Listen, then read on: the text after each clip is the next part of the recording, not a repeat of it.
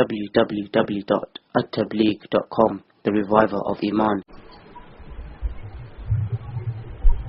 أعوذ بالله من الشيطان الرجيم.